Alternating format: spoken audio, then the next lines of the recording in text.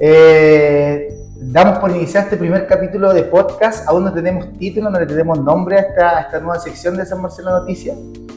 Y como lo habíamos dicho en la introducción, vamos a hablar de un tema que parecía estar ajeno, era un concepto un poco desconocido para las instituciones educacionales, que es el ciberacoso, ciberbullying en un inicio. Que las instituciones educacionales parecía estar como muy ajeno, donde no era físico, parecía menos plausible, menos probable como encontrarlo en las instituciones, pero nos hemos dado cuenta que está bastante presente, sobre todo con el acceso a la tecnología que tienen los estudiantes. Así que para eso invitamos a la especialista Miriam de la Paz, quien es psicóloga de profesión y además es psicóloga de institución, específicamente de la sede de San Marcelo. Buenos días, Miriam, ¿cómo estás? Bien, gracias, Francisco. Agradeciendo también como este espacio, porque la verdad es que es súper importante instaurar estos temas en el colegio. Claro. Y básicamente te invitamos, Miriam, para poder develar un poco más sobre este tema, que muchas veces lo escuchamos en redes sociales, lo escuchamos incluso en la televisión, sobre el ciberacoso. Hace poco han habido unos eventos bastante lamentables, no solo con estudiantes, también con profesores. Entonces, queríamos saber un poquito más y que la gente en la casa también y los estudiantes acá en la institución sepan un poco más. Y para eso vamos a empezar por lo más básico. ¿Qué es el ciberacoso? Ya mira, como definición, el ciberacoso es aquella intimidación psicológica, hostigamiento o acoso propiamente tal que se da a través de cualquier medio digital. ¿Ya? Se da generalmente también por el anonimato, es decir, yo ocupo un seudónimo para hostigar a otra persona y se da entre pares. Ahora, yo quiero hacer una distinción acá, porque el ciberacoso, para que cumpla la definición de ciberacoso, tiene que ser mantenido a lo largo del tiempo, sostenido, ¿ya? Es decir, que si, por ejemplo, algún compañero o compañera sube un meme mío en alguna red social, eso no es considerado un ciberacoso porque es algo sumamente puntual, ¿cierto? Sí se puede considerar como violencia digital porque claramente no es una situación como que me pueda agradar a mí o que sea como adecuada. Por lo tanto, el ciberacoso sí o sí tiene que ser algo sostenido en el tiempo y que obviamente va a causar efectos psicológicos en la persona que está recibiendo el ciberacoso. Ah, mira, qué importante, porque puede llevar a la misma confusión que ocurrió cuando comenzó el tema del bullying y del acoso, que cualquier tipo de burla era considerado bullying conceptualmente. Después entendimos que, claro, como dices tú, tiene que ser sistemático y continuo a través del tiempo. El problema es que el ciberbullying, como ya lo mencionaste, es identificar a quién es el agresor. En el acoso físico claramente lo tenemos un poquito más identificado. Sí, justamente el anonimato como que contribuye a que sea más difícil identificar quién es la persona que está ejerciendo el ciberacoso. Pero como definición, tal como tú lo cuentas, tiene que ser sostenido a lo largo del tiempo, igual que el ciberbullying, el bullying. El bullying, perfecto. Y justamente como es difícil de identificar, ¿cómo se expresa? ¿Cómo lo podríamos identificarlo? Porque comentas tú que generalmente el agresor busca el anonimato, pero ¿cuáles serían esas señales que nos permitirían identificar cuando alguien está ejerciendo o está sufriendo ciberacoso? Claro, ¿cómo se identifica? Bueno, el acoso previamente tal, que es subir imágenes, videos de algún compañero o compañera, ¿cierto? Para dañar a esa persona, ¿cierto? También lo podemos observar a través de la exclusión. Ahora pasa mucho de que los compañeros o los cursos tienen estos chats, estos WhatsApp de curso, o también el Instagram, que pueden tener un Instagram del curso y no permitirle el acceso a algún compañero o compañera que entre en el chat porque les cae mal, porque no les gusta, qué sé yo. Eso también es una forma de ciberacoso. Y por último también la manipulación. A veces nosotros subimos fotos en las redes sociales o mandamos fotos también a través de las redes sociales a alguna persona y esa persona nos puede extorsionar, ¿cierto? De que voy a utilizar esta información tuya, esta imagen tuya y obviamente lo voy a mal utilizar, ¿no? Con la intención también de dañar a un otro. Claro. Y ahí hay dos cosas con lo que comentan. Miren, primero, nosotros conocíamos la exclusión de los estudiantes, pero de manera física. Veíamos, identificábamos en el patio del colegio cuando algún niño estaba más excluido, estaba más ajeno del grupo de curso, pero aquí en redes sociales también puede suceder que armamos un grupo, todos conversamos, cuando llegamos a lo mejor a la sala sabemos de qué estamos hablando, pero hay alguien que no porque no lo logramos incluir. Exactamente. Y otro tema súper importante que también tiene mucho que ver con lo que permiten los apoderados en la casa, es el cuidado del material que se sube a redes sociales. TikTok nos permite subir constantemente videos, vemos a niños que están constantemente exponiéndose y hay que tener mucho cuidado con lo que comentas tú. Puede ser que ese material audiovisual queda siempre en la red y alguien lo puede mal utilizar, entonces ahí la recomendación sería como estar siempre monitoreando lo que están. Sí, sin duda, siempre es súper importante monitorear lo que nuestros hijos suben a las redes sociales y también a veces como incluso los papás, ¿no? Como ¿qué foto subo de mi hijo o hija? Que eso también lo pueden mal utilizar porque llega un punto en que los niños también les da vergüenza hacer estas cosas. Exacto. Entonces a lo mejor uno como papá lo hace con buena intención, como ya esto me siento orgulloso de mi hijo chiquitito, logró tal cosa, pero para un adolescente puede ser algo súper vergonzoso. Claro. Entonces hay que tener también ojo ahí con que uno como adulto también sube información. Ideal consensuar con el hijo también, cuando uno como padre, lo que dices tú a mí pasado, que llega y sube una foto y papá no me gusta, mamá no me gusta, por favor baja. Exactamente. Sería ideal consensuar. Sí. Miriam, ¿cuáles son los efectos? Porque sabemos que por lo general, o por reglas generales, va a tener un efecto negativo, sin duda va a tener un efecto negativo porque estamos hablando de una afección contra el estudiante, pero ¿cuáles son los principales efectos que tiene el ciberacoso? Claro, como te comentaba, si esto es algo sostenido en el tiempo, puede provocar, por ejemplo, aislamiento, puede provocar baja autoestima, también dificultades para relacionarse con los compañeros, las compañeras, y si esto ya es muy mantenido a lo largo del tiempo, es decir, que ningún adulto alrededor se da cuenta de lo que está sucediendo, incluso puede ocasionar alguna enfermedad de salud mental más grave, como alguna depresión crónica o alguna fobia social. Entonces, por eso es súper importante tratar de atajar el ciberacoso en un inicio y no esperar a que sea como tan sostenido, porque finalmente puede ser más grave el efecto. Y si nosotros buscáramos una estrategia, esta es la parte más difícil, la prevención, porque muchas veces en los colegios siempre estamos reaccionando ante los eventos porque nunca está el tiempo, muchas veces no están las condiciones como para estar previniendo este tipo de cosas, pero ¿cuál sería la responsabilidad de cada quien, por ejemplo, de estudiantes, de profesores o de apoderados también en este caso, para poder prevenir alguna situación de ciberacoso? Aunque sea complejo, siempre se puede hacer algo, ¿no? Sí. Como bien dices tú, esa es como la parte más compleja porque hay que trabajar de manera conjunta, ¿cierto?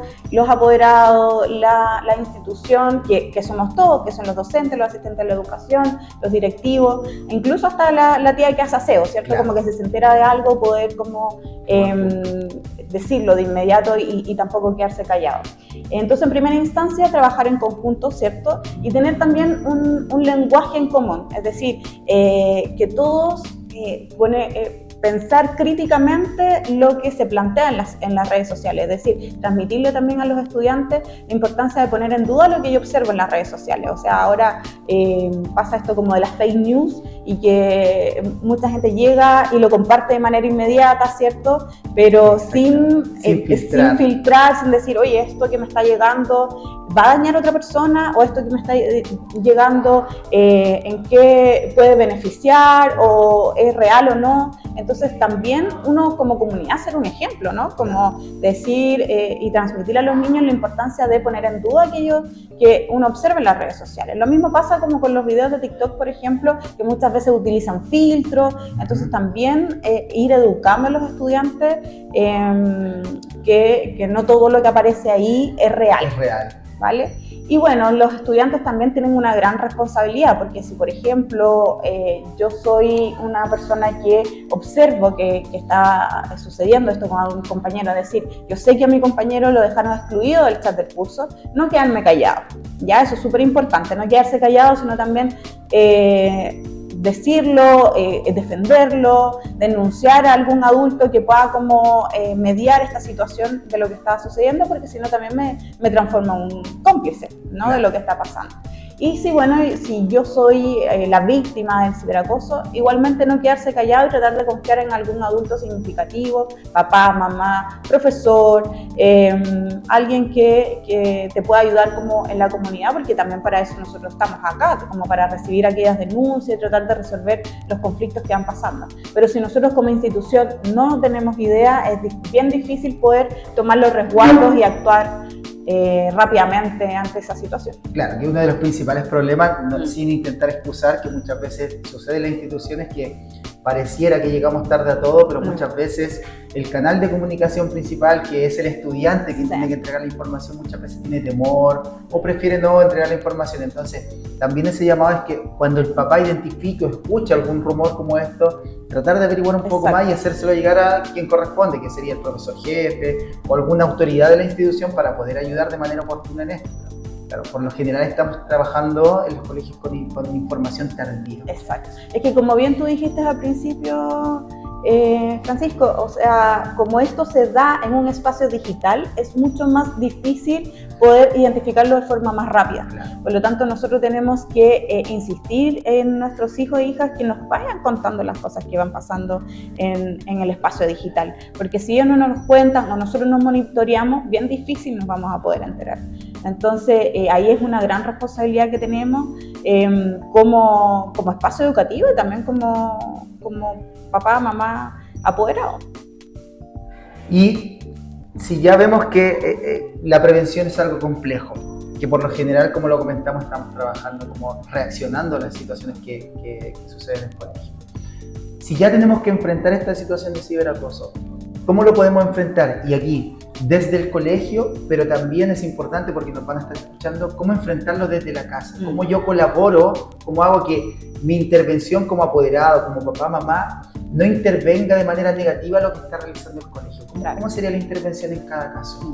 Bueno, desde el colegio sí o sí nosotros tenemos que contar con un plan de actuación ante esta situación.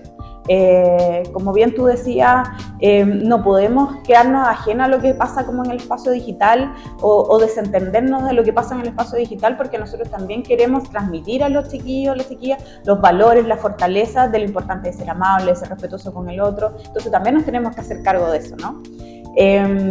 Y por lo tanto, tomar las denuncias del caso, o sea, tampoco hacernos oídos sordos, que si algún niño nos está contando esto, bueno, yo me voy a hacer cargo de esta situación y voy a investigar y voy a ver qué es lo que está pasando. Entonces, activar el protocolo adecuado para eso, que nosotros como institución obviamente la tenemos. Hacer este nexo, esta llegada a los apoderados para que ellos confíen en nosotros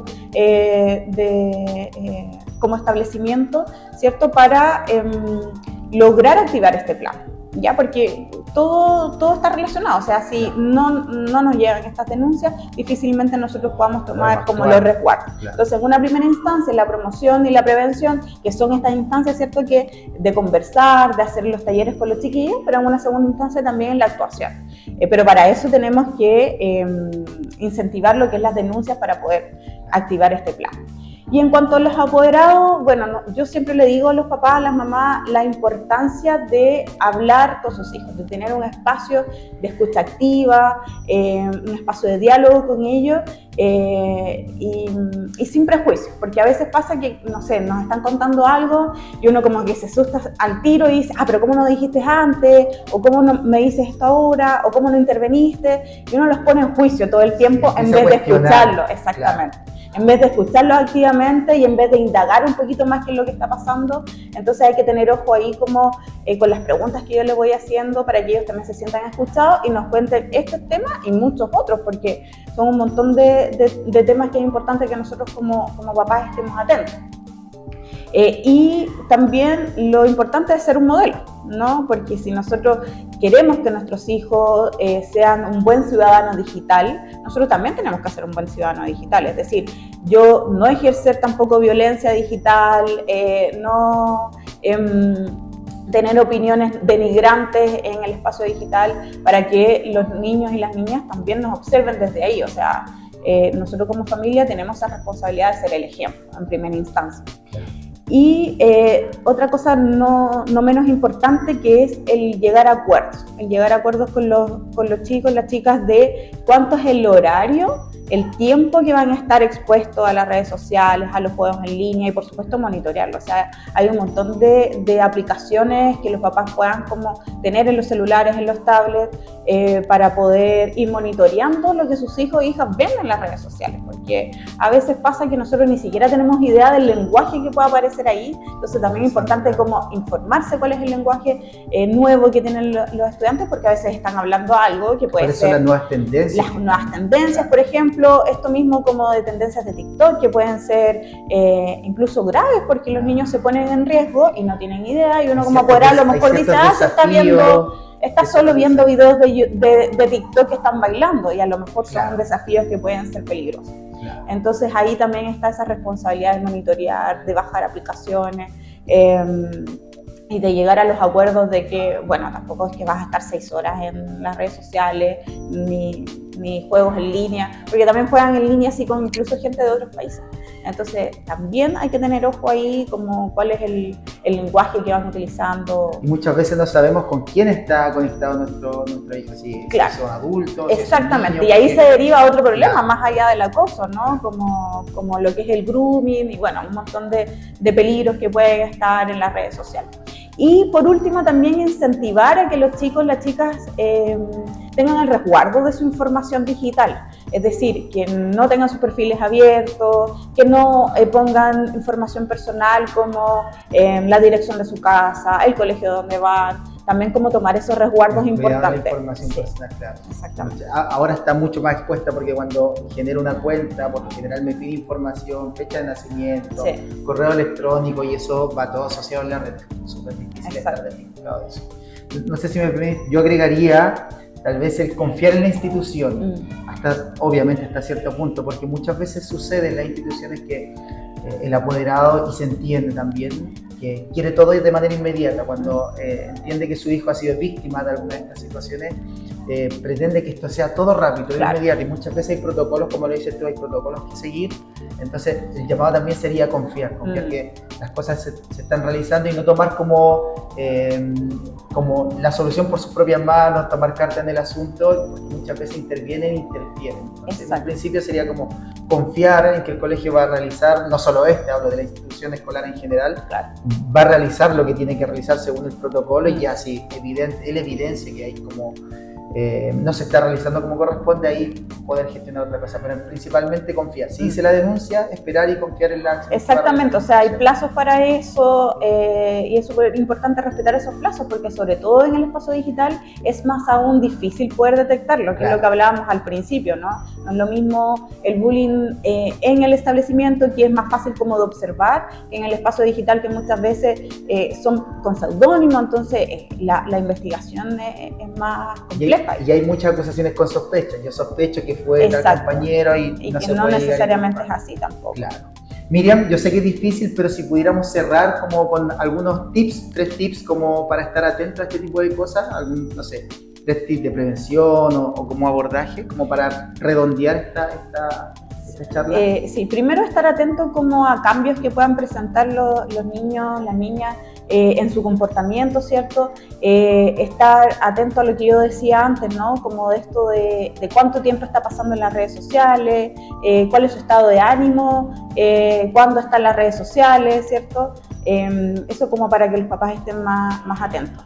Y para los estudiantes siempre ir preguntándose, o sea, ¿esto que está pasando es adecuado o no? O sea, ¿es amable, respetuoso? ¿Me gustaría que me hicieran esto a mí? Como preguntarse también, empatizar un poco como con el compañero o la compañera, porque a cualquiera nos puede tocar, ¿no? De repente se puede dar vuelta la moneda y yo soy la que estoy del otro lado, entonces hay que empatizar también desde ahí. Bueno. Sí, ahí súper bien, claro, el cuestionamiento constante de los estudiantes. ¿Me gustaría a mí estar en esta situación o no? Si la respuesta es no, lo más probable es que yo deba tomar carta del asunto y a lo mejor denunciar, acompañar. Entonces eso es súper importante. Siempre, si yo detecto una situación, denunciar, acompañar y evitar como ser partícipe de eso también. La comunicación ahí con los estudiantes es súper importante. Miriam, bueno, te damos las gracias, súper claro, muy técnica en todas tus respuestas, así que esperamos que esta información, todo este contenido sea de ayuda para los papitos en la casa, para los apoderados y también para los docentes y por sobre todo para nuestros estudiantes, bueno, y los estudiantes que puedan escuchar este primer capítulo de podcast. Así que muchas gracias. Yo te doy gracias a ti, Francisco, porque la verdad es que a veces cuesta mucho llegar como los apoderados con estos temas que son súper importantes y que cada vez es más difícil de repente como abordar desde la prevención, desde estar atentos. Entonces, si podemos bien utilizar las redes sociales, eso es lo ideal. Este sería un ejemplo de buenas noticias. Entonces, bueno, los dejamos invitados a todos en la casita, a los papás, niños que sigan los siguientes capítulos. Vamos a tratar de entregar información que sea de relevancia, tanto para los apoderados como también para los estudiantes, así que ahí vamos a estar con más invitados. Ya tenemos al invitado número 1, ilustre, así que le damos muchas gracias a todos los que nos escuchan. Gracias.